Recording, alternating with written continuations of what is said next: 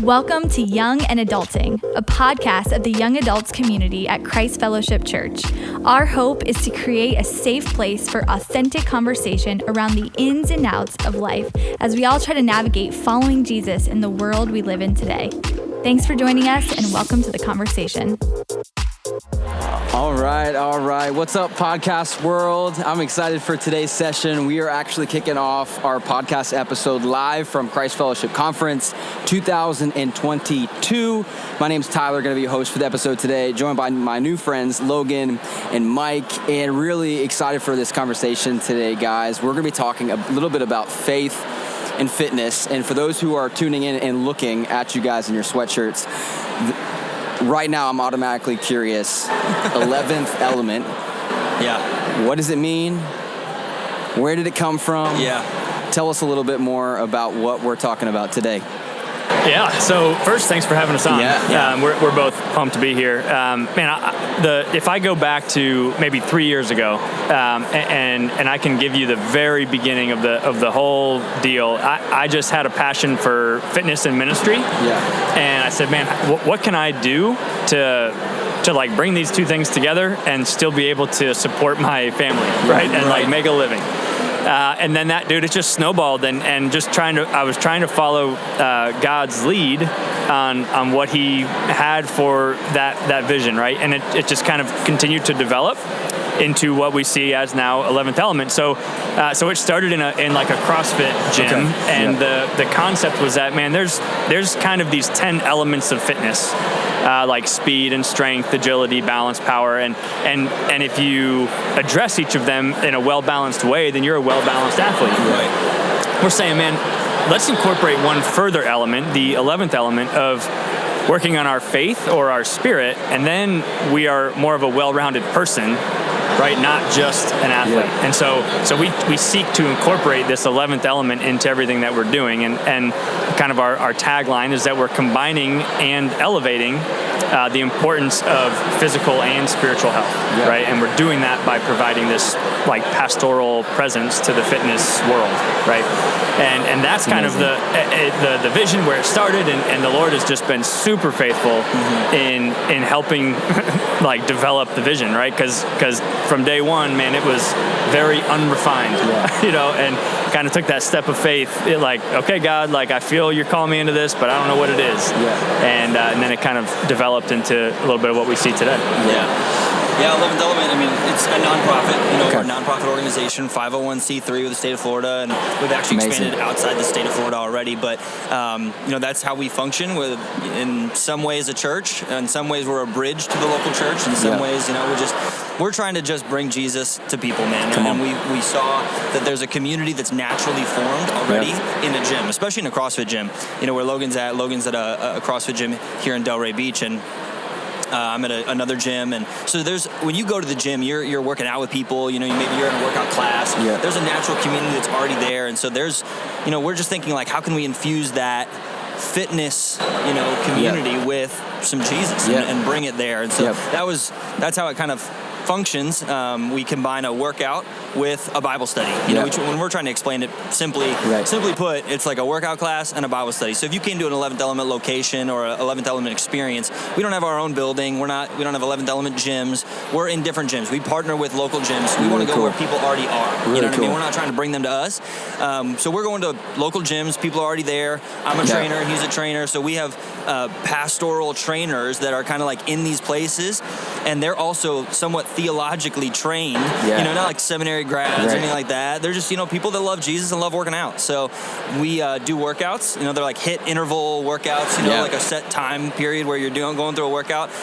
Some of them are CrossFit gyms, some of them are not CrossFit gyms, so it's not like CrossFit only thing, but like they're all kind of workout classes, and then either before or after there's some kind of like, all right, let's talk about our faith for a second, here's this verse, or here's this, study, or, whatever it is. Sometimes we'll talk about an element of fitness, like accuracy, and how that applies to our spiritual faith, or things like that. So that's what a experience with 11th Element kind of looks like. Yeah, that's so cool. And what a special, unique, and really creative thing that you guys are doing. I love the name, right? Because even when you're explaining it, there's speed, agility, all these different things. Right. I feel like all those are like, yep, that makes sense. It's good. You know, we look at professional athletes, and this concept. Do you guys get asked a lot, like, hey, 11th element, what does that mean? Like, all the time. All the time. Do you find that it's just been an easy way to like kind of share like Jesus, because it's like, it's right there, but it's not right there, Yep. I think there's some intentionality behind even the branding, right? Where it's not like 11th Element Church or, 11th Element, like, not that it's bad, like 11th Element Jesus, but there's this, I think it piques curiosity when somebody sees it, right? Like, what is that all about? And sometimes I feel like you can even string it along a little bit. Like people, they'll be in conversation trying to figure out what it is, and you can explain the fitness side of it, and they're bought in. Sure. And then it's like, well, hey, by the way, there's also this other element too. Yeah. That's great. I hope you guys are listening to this. This is gold stuff right here. I love it. Let's talk about for a few minutes the importance of the physical nature of us, but also the spiritual nature of us. Because really, that's what you're doing. You're tangibly saying, hey, your body matters. What you do with it matters. But beyond that, spiritually, there's another element. So let's talk about maybe your heart for that. Maybe kind of early on, you're saying there's just something in your heart. Kind of talk a little bit about that importance and why it matters. Yeah. So I worked at a traditional church for almost 10 years before starting 11th Element, and I think I had a pretty unique experience being able to see kind of the traditional model of church and how it worked reaching lost people and how it worked to develop the spiritual maturity of those who were there, right?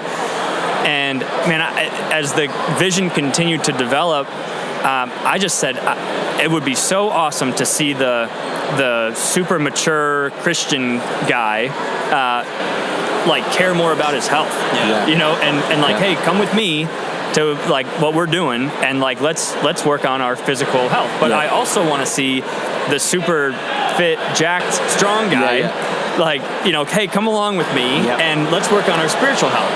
And so it doesn't just exist for the gym guy who needs Jesus. It doesn't just exist for the church guy who needs the gym. But it's both. It's a both and. And so, I continually think of Genesis 1, like the very beginning of Scripture. We see that God said, "Let us make man in our image and our likeness." So you have the creator and sustainer of all things, right? And he creates a lot of like cool stuff, and then he's like, "Oh, now I want to create." Like these ultimate like humans that are gonna like represent myself, and so to me that's like, dude, that's the exclamation point on how important we are as humans and our bodies are, and so therefore I'm like, well, we should like care about them and take care of them a little bit, and there's other passages that I think speak to that as well, but that Genesis, like, hey, God's creating us, the creator and sustainer of all things. He's creating us in his image. Therefore, we should, I think, take care of those bodies. I love that. And the other passages, throughout the rest of Scripture, we have, obviously, like, we know the verses that talk about how your body is a temple of the Holy Spirit. God has created us in his image so that we would be vessels that could, be used by God to hold his spirit and then to share it with other people. And there's that natural community that happens with church people coming to the gym and gym people experiencing a little bit of church in the gym. And so we know what these passages talk about, the importance of the body, taking care of the body, maintaining the temple as a something that was given to us to maintain, to take care of. We only get one, the rest of your life. So we get one body to take care of, and we believe that physical fitness is actually a way in which we worship, So we don't have like music in the gym, we don't do like a worship set, but we do believe that our working out together, we're obeying God and what he mandates, that we take care of these bodies, these physical temples that he's given us to maintain. So there's that combination of the physical and spiritual. And I think the way that where what just an example of the bridge, right, between the physical and the spiritual. Mike mentioned accuracy. Accuracy is one of the 10 elements of fitness. It's also one of our core values. And the reason that that we chose accuracy as a core value is because, man, it's important to be accurate in the gym. And I need to make sure that I'm doing the proper technique and form with the exercise and even the right exercise for the right athlete, you know, and stuff like that.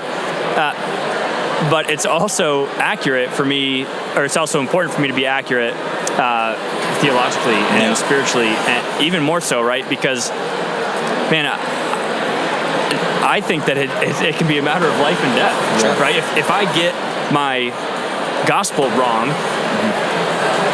you know, that's the ultimate importance in being accurate. And so, you know, and so that's what we tried to do is take each of these elements of fitness and then put the spiritual, like, theological spin on them and be like, hey, think about, hey, you're a really fit dude and you work out all the time and you're, like, accurate with your cleans. But are you accurate with the way that you interpret the world and yourself and your spirit and eternity and all that? And again, once on the flip, like, thinking about our spiritual health, you know, if the physical health is not there for somebody who's, you know, considering themselves or maybe doing some self-evaluation, which is very biblical. It's great practice, good discipline for us to have as believers. You know, you have to ask yourself, like, am I maintaining the temple? Am I thinking about these things? Am I trying, you know, or is this an area maybe in which I could grow spiritually? Maybe physical fitness is an area in which I'm neglecting my spiritual health because of the way God talks about it through His Word. Yeah, that's so good. And I've found in my own life that the two for me are so tightly correlated. Like, when my physical disciplines or kind of like health slips, I become, like, more lax and, like, in my devotion in Jesus. And so I've even found, like, man, if I'm gonna be, I got to be anchored in both. I think of what Paul says in Romans chapter 12, like, offer your bodies as living sacrifice. As you guys are talking about worship, like, what a great picture. And you guys have intersected a domain that's highly, I guess you could say, secularized. You know, it's not a place where you'd expect this. And then you're going, like, hey, you got this all together and you're doing great. Right. But there's another element here, 11th element, which is so powerful. For the next few moments I would love for you guys to give some advice to those who are listening, watching in, young adults who maybe they own businesses, maybe they want to do a nonprofit. I think this is highly inspirational to look at, you know, young people who are going after the things of God. We're talking about taking risks. You have a family involved. There's all these different, I use the word elements, right? There's so many elements involved. But what you're doing is you're taking the hope of the world. You're taking Jesus into the place of your passion, and you're doing it unashamedly. Like you can't do what you do with, like, a spirit of, like, hope nobody asks me about Jesus today. Like, it's literally, you set yourself up literally to be asked about the hope that you're professing. So what is some advice that you could give to young adults that are going to their context? Maybe it's not a gym. That they could carry the gospel creatively or whatever it is. What's some advice that you could give in their own context? Man, my first thought is, and I was told to stare at the camera if I have a, like, hey, do it. Is do it. And what I mean by that is you don't have to have everything figured out before you step out, right?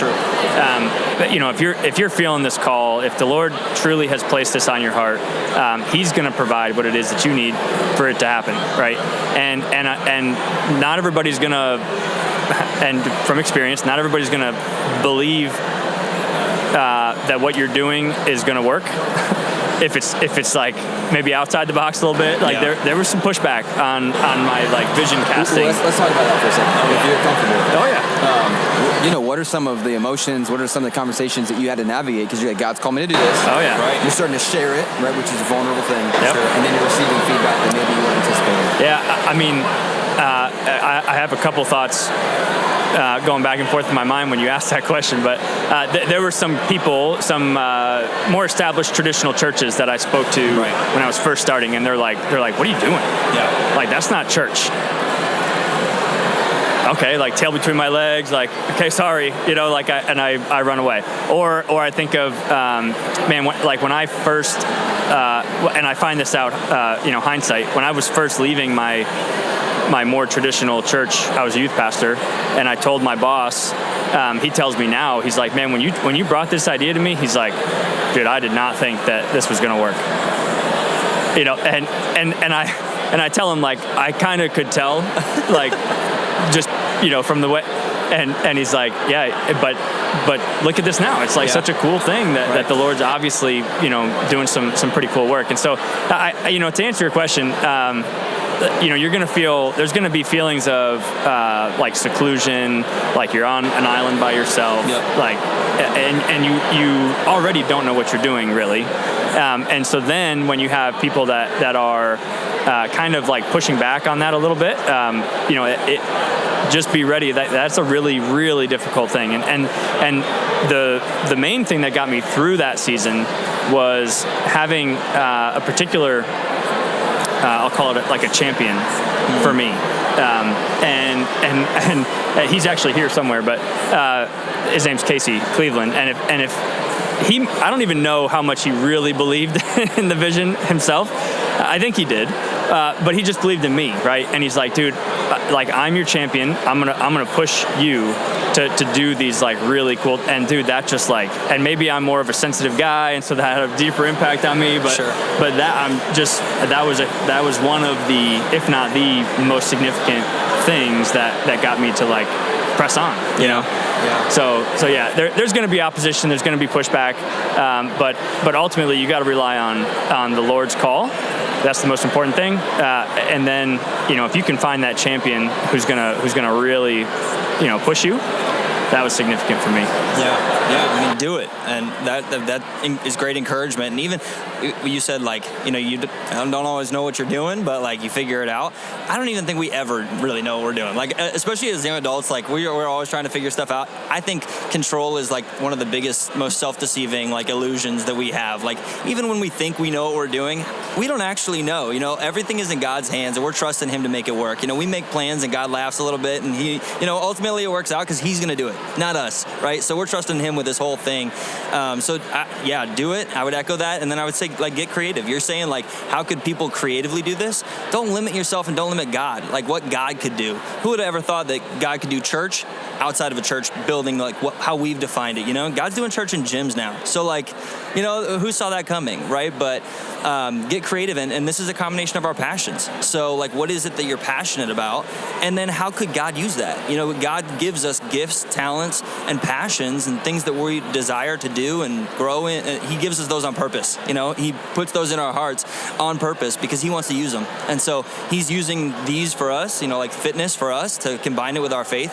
But maybe there's something else, for whatever it is that someone's passionate about. Maybe it's something that's not necessarily, in another place. Maybe it's just on an online platform, or it's, takes a different form or a different channel. But how can God use what it is that you're passionate about to maybe reach one more person?